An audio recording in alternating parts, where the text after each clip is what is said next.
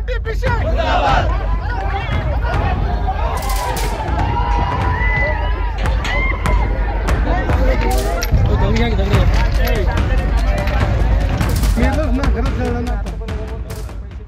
दक्षिण सोलापूर तालुक्यातील फताटेवाडी येथील औष्णिक ऊर्जा प्रकल्प परिसरात शुक्रवारी तणावाचं वातावरण निर्माण झालं।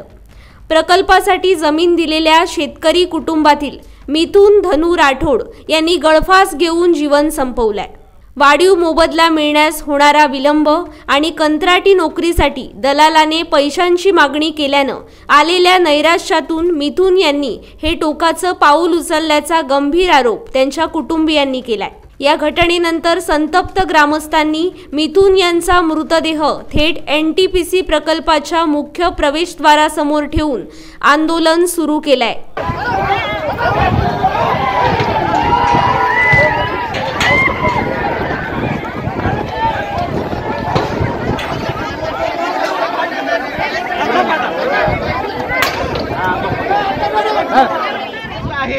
आमच्या गावावर जी शोककळा पसरलेली आहे, मिथुन धनु राठोड यांनी आज 6 महिन्यापासून या एनटीपीसीच्या अधिकाऱ्यांना भेटून तसेच ग्रामपंचायत ठराव, ग्रामपंचायत पत्रही दिलेले पत्र आमच्याकडे आहेत, सगळे पुरावे आहेत। हे असे असतानाही त्यांनी कामावर घेतलेले नाही।